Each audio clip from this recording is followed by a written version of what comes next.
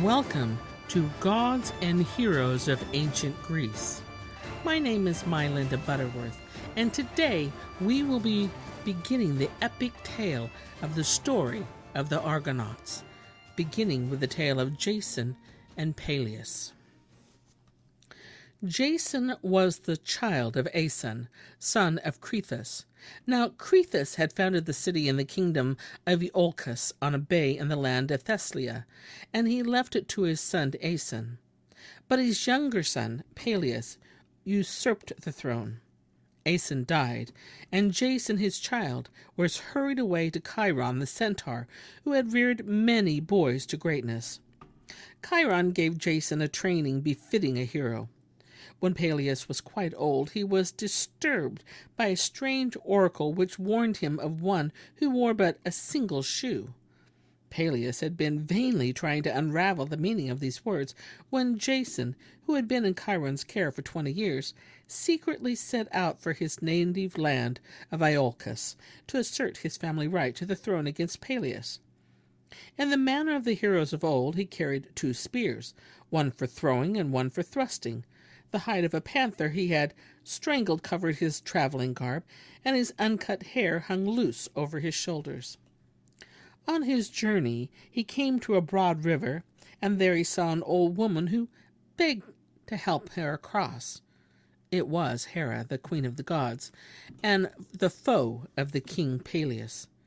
Jason did not recognize her in this disguise, but full of pity lifted her and waded the river with her in his arms. Midway, one of his shoes stuck in the mud. Notwithstanding, he went on and arrived in the marketplace of Iolcus just as his uncle Paleous, surrounded by the populace, was making a solemn offering to the sea god Poseidon. The people marveled at Jason's tall beauty and thought that Apollo or Eros had suddenly appeared among them. Then the king who was offering the sacrifice also noticed the stranger and saw with horror that only one of his feet was shod. When the holy rites had been performed, he went up to the youth and, hiding his deep concern, asked him his name and his country. Jason answered with dauntless bearing, but in gentle voice, that he was the son of King Aeson, and that he had been reared in Chiron's cave, and had now come to visit his father's house. Crafty Peleus listened affably and concealed his alarm. He had his nephew guided through the palace, and with yearning eyes Jason looked on the halls and chambers which had housed him in his early childhood. For 5 days he celebrated his return in joyful feasting with friends and kinsmen. On the 6th they left the tents which had been put up for the guests and came before King Peleus. Modestly and with due decorum, Jason said to his uncle, "You know, O king, that I am the son of the rightful king, and that everything you possess is mine. Yet I shall leave you all the herds of cattle and sheep and all the fields you took from my parents. I shall ask nothing of you but the scepter and the throne which was once my father's." Peleus bethought himself swiftly. His answer was cordial. "I am willing to fulfill your demands," he said, "but in return you must grant me a request and perform a deed in my stead, which well becomes your youth, but which I am too old to accomplish. For a long time the shade of Phrixus has been haunting my dreams, and what he asks is that I bring peace to his soul by journeying to Colchis, to King Aetus, and fetching back the fleece of the golden ram. The glory of this quest shall be yours, and when you return with your magnificent prize, you shall have the kingdom and the scepter." The cause and the outset of the voyage of the Argonauts. Now the story of the golden fleece was this. Phrixus, the son of Athamas, king of Bootia, was ill-treated by his stepmother Ino, his father's concubine. To save him from her plots, his own mother, Nephlia, abducted him with the help of Helle, his sister. She set both her children on the back of a winged ram whose fleece was of pure gold, a gift she had received from the god Hermes. On this magical creature brother and sister rode the air over lands and sea. But the girl became giddy and plunged to her death in the sea, which ever after this sea has been called Hille or Hellespont. Phrixus arrived safely in the land of Colchias, on the coast of Black Sea. Here King Aetus received him hospitality and married him to one of his daughters. Phrixus sacrificed the ram to Zeus, who had furthered his flight and presented the fleece to the king. Aetes in turn consecrated it to Ares, nailed it to a tree in the grove sacred to his god, and put it in the care of a monstrous dragon. For an oracle had told him that this very life depended on the possession of the ram's golden pelt. All over the world the fleece was regarded as a priceless treasure, and rumor had long since brought word of it to Greece. Many a hero and prince longed to own it, and so Peleus had not erred when he thought to stir his nephew Jason with the dream of this wonderful prize. And Jason was, indeed, very willing to go. He did not see through his uncle's plan to let him perish on this venture, but gave his solemn word to accomplish the quest. The most famous heroes of Greece were asked to share in this bold undertaking. At the foot of Mount Pelion, under Athene's direction, the best shipbuilder in Greece constructed a splendid ship of a kind of wood that does not rot in seawater. It had space for 50 oars and was named Argo after its builder, Argus, the son of Arestor. It was the first long ship in which the Greeks dared steer out into the open sea.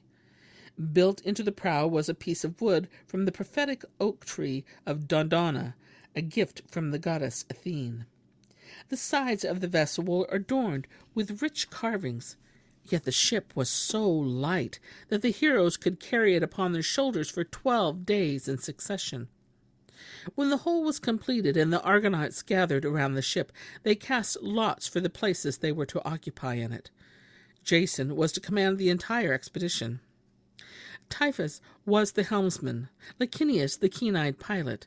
In the bow of the ship sat glorious Heracles, in the stern Paleys, the father of Achilles, and Telamon, the father of Ajax the Great.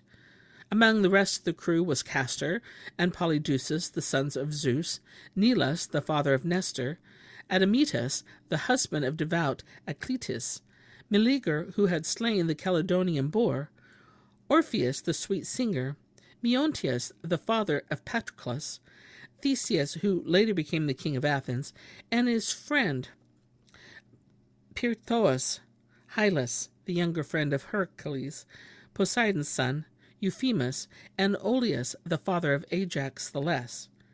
Jason had consecrated his ship to Poseidon, and before leaving all the heroes made solemn offering and prayer to him and the other gods of the sea.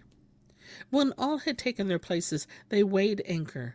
The 50 rowers began to ply their oars, which dipped in and out of the sea with a regular rhythm.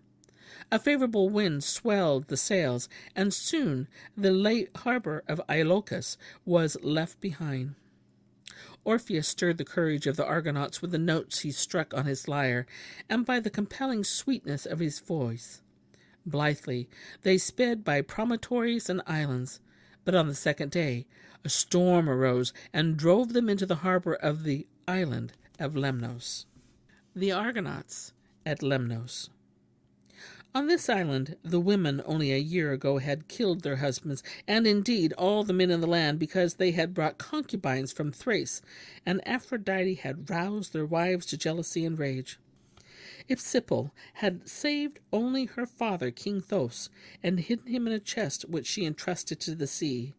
Ever since, the women of Lemnos had been in constant fear of an attack from the Thracians, the kinsmen of their rivals, and often turned their frightened eyes towards the open sea. So now, when they saw the Argo nearing the coast, they armed themselves from head to foot and rushed out of the gates and down to the shore like a host of Amazons. The heroes were greatly surprised when they saw the strand swarming with armed women and not a single man. In a small boat they dispatched a herald to this curious gathering, and when the women had taken him to their unwedded queen, Hypsipyle, he conveyed in courteous words the Argonauts' request for hospitable shelter. The queen assembled her women about her in the marketplace of the city, and seated herself on her father's marble throne. Next to her, leaning on a cane, was her aged nurse, and on each side sat 4 golden-haired girls of delicate loveliness. After she had informed the gathering of the peaceful intent of the Argonauts, she rose and said, "Dear sisters, we have committed a great crime, and in our madness deprived ourselves of our men. We ought not reject those who would be our friends. On the other hand, we must see to it that they learn nothing of what we have done. Therefore my counsel is that we send food and wine and all else the strangers may need down to their ship, and with this courtesy keep them from our walls." The queen seated herself again, and now the old nurse, with much effort, raised her nodding head and said, "Send the strangers gifts, by all means. That is well done, but do not forget what awaits you when Thracians come. And even should a merciful god hold them off, does this mean that you are safe from all ills? Old women like myself have no cause for concerns. We shall die before need becomes pressing, before our supplies are exhausted. But how do you younger ones propose to live? Will the oxen place themselves under the yoke unbidden and draw the plough through the fields? Will they harvest the ripened grain in your stead when summer is over? For you yourselves will not wish to perform those and other galling labors. I advise you not to spurn the protection that offers itself and which you need. Trust your lands and possessions to these noble-born strangers, and let them govern your beautiful city."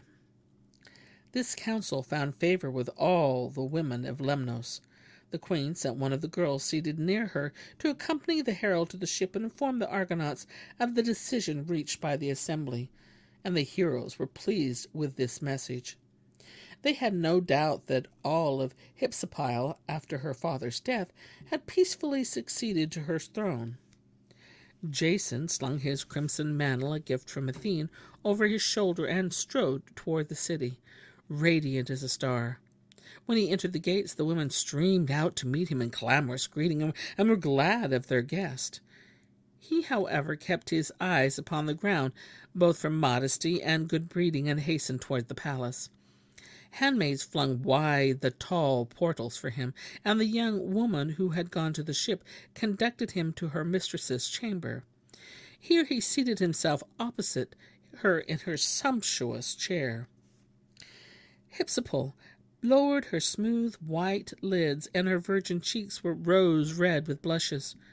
Shyly, she addressed him with flattering words. "Stranger, why did you hesitate to enter our gates? In this city there are no men for you to fear. Our husbands broke faith with us. With Thracian women whom they captured in wars, they moved into the country of their concubines, and took with them their sons and serving men, while we remained behind, helpless. And so, if you please, come in and be one of our people, and if you will, rule over your men and over us in father's Thoris' stead. This country will find favor in your eyes. It is by far the most fruitful island in these seas.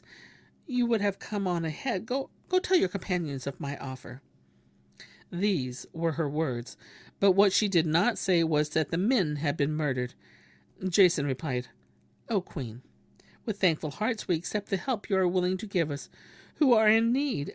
As soon as I have told my companions of your offer, I shall return to your city, but do you yourself retain your scepter and your island.